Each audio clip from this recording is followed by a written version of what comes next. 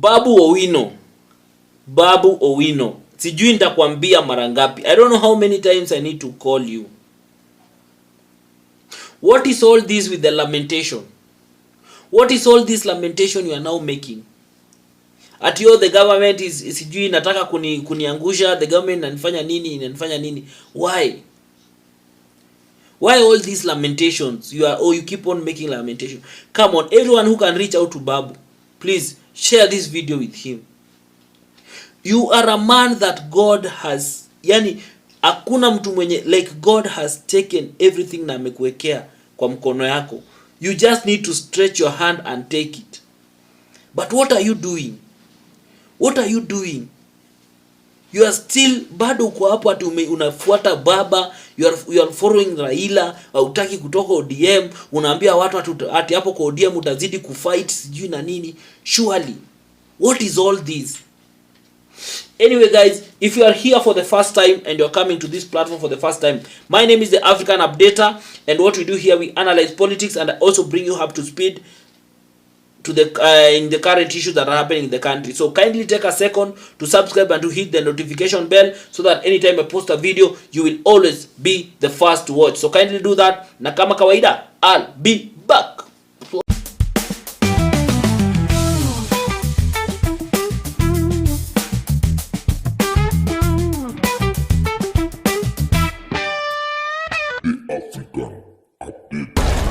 Thank you so much everyone who has subscribed, and for the return subscribers, manze, I really appreciate you guys, manze. You make sure nyinyi ndo mnafanyanga I make sure that kila siku at least nawapatia video 2 ama 3.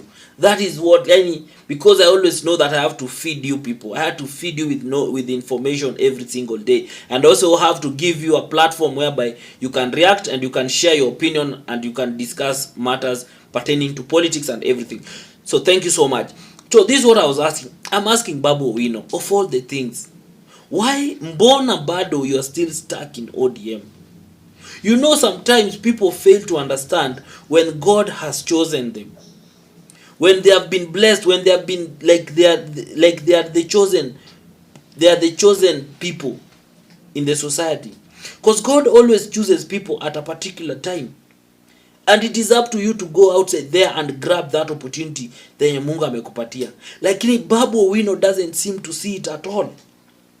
Babu Owino is still stuck to some things that are very unnecessary, that will make sure that he doesn't go anywhere. Now Babu Owino is coming out to tell us that the government is planning sijui to sijui kumwangusha kisiasa. So many very nonsense things.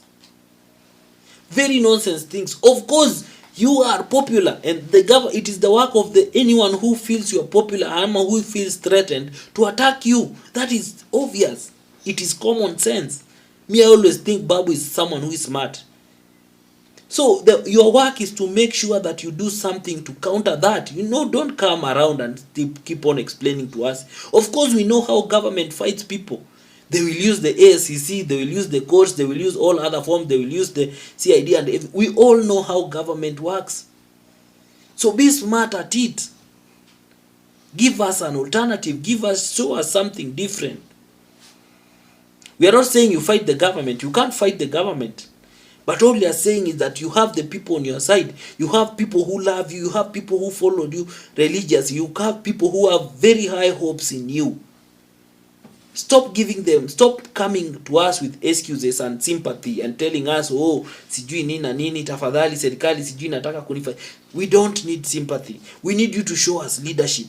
We need you to show us that we can rely on you, that this future we can depend on you, that you can carry this country on your shoulder and move forward with it.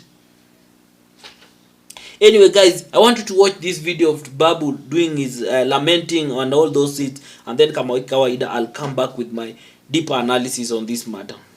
They have approached Babu Owino on several occasions so that Babu can work with government, but Babu has refused and has said clearly that he wants to work for Kenyans. And therefore, because of that reason, there is a meeting that was held last week, a meeting that involved serious stakeholders in this country. And they were asking how Babu Owino can be put down, how Babu Owino can be managed. Some proposed that Babu Owino should be approached bought, bribed, so that he can support the government. Some came with an idea that Babu Owino should be dealt with perpendicularly, that they should send the Ethics and Anti-Corruption Commission to our offices to come and besmirch the good name of Babu Owino. And therefore, I was reliably informed, information from very serious sources, that this week EACC was to come visit us at our offices in Donholm, Greenspan Mall, 2nd floor. If not this week, then next week they are to come, or any other time that they will deem fit. And the intention is very clear, that we need to put Babu down. We need to tell the public that there are corruption allegations in Embakasi East office. And I want to... So guys, I believe you've watched umesikiza your lamentation. For me, I call it lamentation, because what is happening and what Babu is saying that that these people are trying to do, I can't say it's the government or whoever is trying to do, which I also feel ODM can be part of that, because ODM himself has ODM hawataki Babu saa hizi because they feel like he's a threat. So inaweza kuwa hata si shughuli ya government, ni shughuli tu ya ODM. Now that they feel like they have a certain part of the government, they can use it to intimidate Babu Owino. But it is not something that is new. So my only issue is, why are you telling us this is not something that is new? Babu, I said it, and I said it in another video. If there's someone who has a good opportunity of being the president of this country in 2027, is none other than Babu Owino. Because there's no we don't have any other politician that has experience in terms of that can rival the Ruto in 2027, that is young, that can sell to the young generation, and can stand and also be supported with people like Akina Rigathi Gachagua and all other people. Babu Owino is a man who, hata yeye mwenyewe, selling him to the country is much easier than selling any other person. So God is giving this person an opportunity to be president. He's bringing him anamletea, and what does the guy do? Akili yake imekwama tu pale kwa ugavana. Baada akili yake imekwama kwa ugavana na Nairobi, it's as if his entire life depends on it. And I told him, and I said it in another video, if you want to finish your political career, and I'll repeat, if someone has a share to Babu Owino this video, please share. If there's someone who, if you ever want to finish your political career, uende governor Nairobi, trust you me. If you ever want to finish your career completely, ende governor Nairobi. And I'll give you a good example. Look at Kidero. Where is Kidero now? Look at Sonko. Where is Sonko now? Look at what is happening at Sakaja. Can you tell me that Sakaja, with everything he has done in Nairobi, he can be elected for any elective seat after Meluzio governorship in Nairobi? Tell me. Can he stand anywhere and people vote for him in any position? And that is where Babu Owino pia anajipeleka. He's working so hard to be the governor of Nairobi, knowing very well that after 2 years, no one will want to hear about him. Because of simple thing, Nairobi, there are so many interests that you cannot fulfill those interests.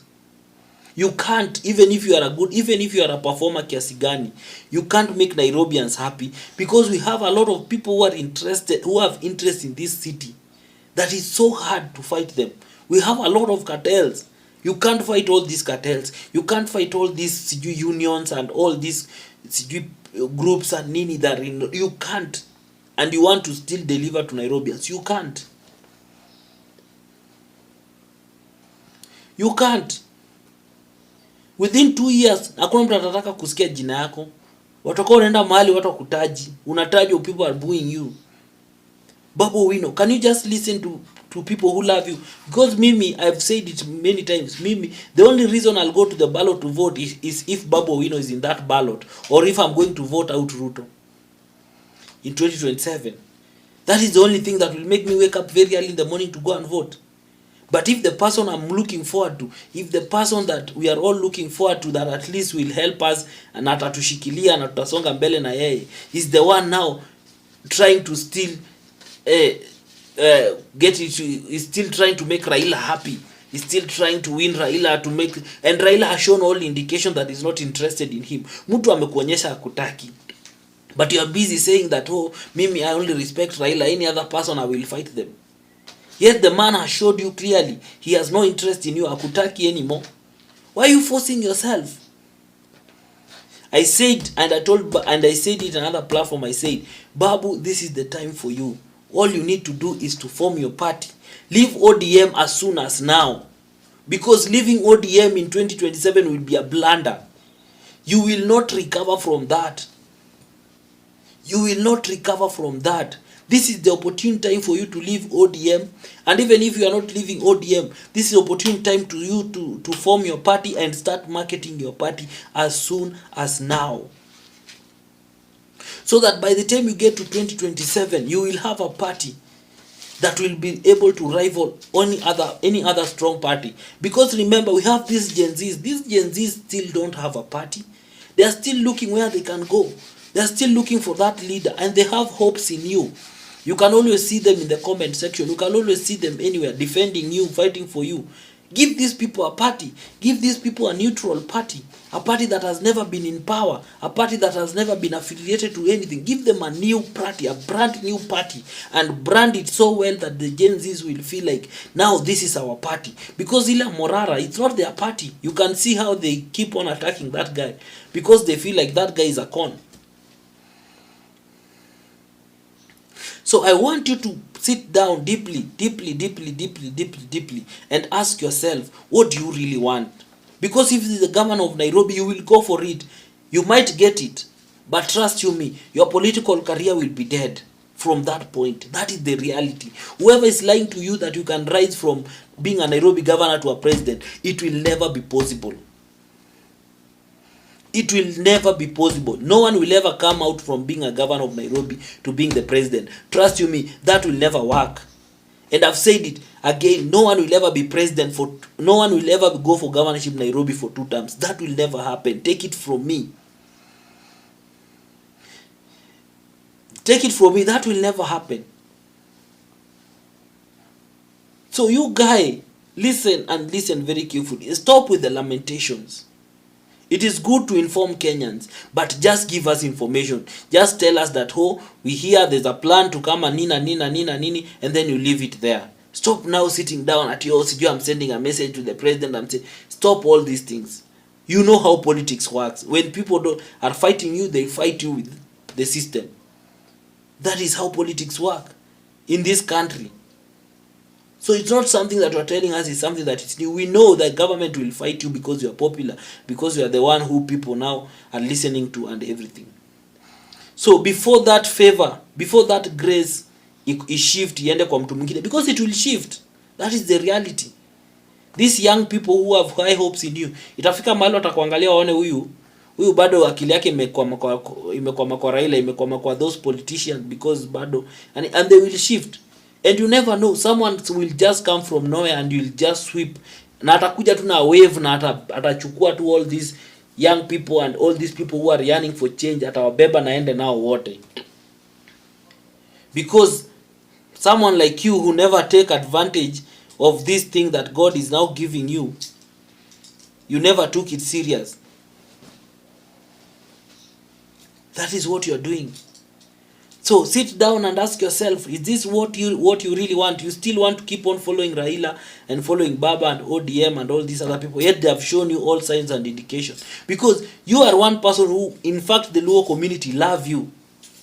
So you have the high opportunity, wewe uko na chance mzuri ya forming a party that can rival ODM in Nyanza very easily, na ushinde viti huko.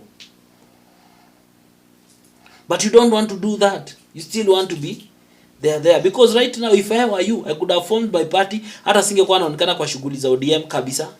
I could have been busy trying to recruit these young people into my party, these Gen Zs, and asking them to sign for membership in the party. And that party, I could have made sure I don't tolerate any politician who is currently in this government, who is currently present in this parliament or in the Senate, unless maybe for 1 or 2. But the majority of them, hata siwezi onekana nikiassociate now. I could have just concentrated in winning the Gen Zs and bringing them on board. Once they feel like this is now a party that it's not contaminated. Unaona? Then I use that party to now challenge Hata kama I will not have won the presidency in 2027, but I will have a party that will have at least strong members of parliament, senators and nini kwa parliament. That way I will have a voice.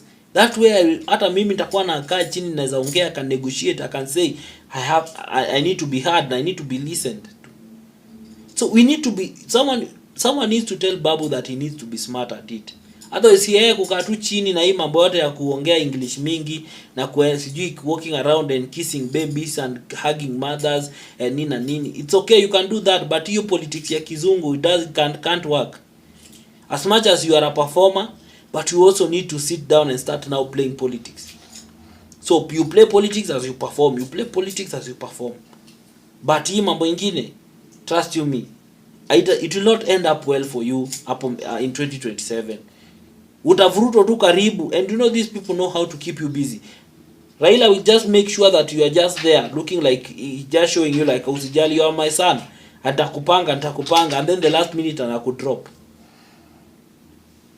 After he has wasted your time, anakudrop ile time anajua sasa huyu hata nikimdrop hakuna place anaenda, and that's how you kill your career, your political career. So you think about it. Anyway guys, what do you think about Babu Owino? I might be wrong, I might be right. These are just my personal opinion. What do you think about Babu Owino's political future? Because for me, I feel like he has got a lot of potential, but he's not taking advantage of it. Relax. He's just expecting things to happen. That is what I feel. What do you feel? Share it in the comment section. And above it all, try as much as possible to remain respectful. Usitukane mtu. Don't use abusive language and don't nina. We are creating a safe space here. We want to build a community whereby people can discuss politics without feeling like, people can share their opinion without feeling like mtu atanitusi or someone will come here and attack me and everything.